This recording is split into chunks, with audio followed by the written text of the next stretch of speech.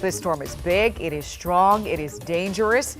Take a look at this view from the International Space Station just an hour ago. It shows you just the breadth and the depth of how big this Category 4 hurricane is. Yeah, that is mammoth. It's big, so we're going big with our coverage too, with two meteorologists tracking the hurricane's strength. Gloria Pazmino is in Tampa, Florida, sharing updates on conditions in that area.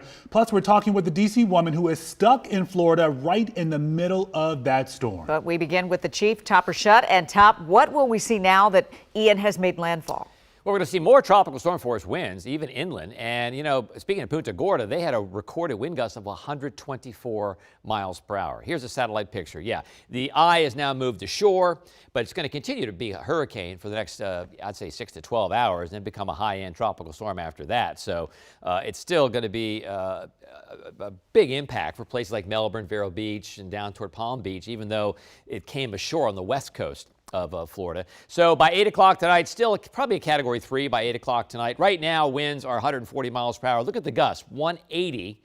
It is about 5 miles to the east of Punta Gorda, Florida. And again, when it came ashore there, recorded wind gust of 124. So now it's a Category 1 by 8 o'clock on Thursday. It moves back out to the ocean. So we're going to have another landfall on Friday afternoon, Friday evening. It'll curve back around near the border of South Carolina and Georgia. By the time it does that, it's going to be throwing high clouds our way. And by the time it gets a little further inland by Saturday and into Sunday, it's going to throw some rain and showers our way as well. So these are actual wind gusts. So 60 mile per hour wind gust last hour at 5 o'clock at Tampa, 49 at Orlando, 32 in Miami, and 30 in Jacksonville. Yes, we still have tropical storm warnings in yellow and plenty of hurricane warnings in red. Look at that, it includes a slice of the entire peninsula of Florida, which makes sense because the storm will still be a hurricane as it moves off to the north and the east. Now, these are forecast wind gusts. 10 o'clock tonight, 51 in Orlando, 44 Daytona Beach, still 66. Winds will turn northerly, though, down toward Fort Myers. Now, by the time we get to say morning, winds could still be over 60 miles an hour in Orlando. So this is what I mean. The east coast of Florida did not get the brunt of the storm, but you're going to have to survive 12 hours of tropical storm force winds tonight and into tomorrow morning, even into the afternoon. I mean, by 6:45 tomorrow evening, winds are still 43 at Orlando, 39 in Daytona, and 50 mile per hour winds in Jacksonville. So we're not done with the storm in terms of winds. We're not done with the storm also in terms of storm surge, and we're not done with the storm in terms of flooding with heavy rainfall. Now, for a look at some live pictures in Florida, here's meteorologist Caitlin McGrath. Caitlin. Yeah, Topper, we've been keeping a close eye on our network of cameras across the state of Florida. There we go. We've been keeping an eye on. All right, are we going to continue here? So we have this is our zoomed-in map of the possible. Storm surge, and we're looking at storm surge as far north as Charleston as 3 to 5 feet. Caitlin.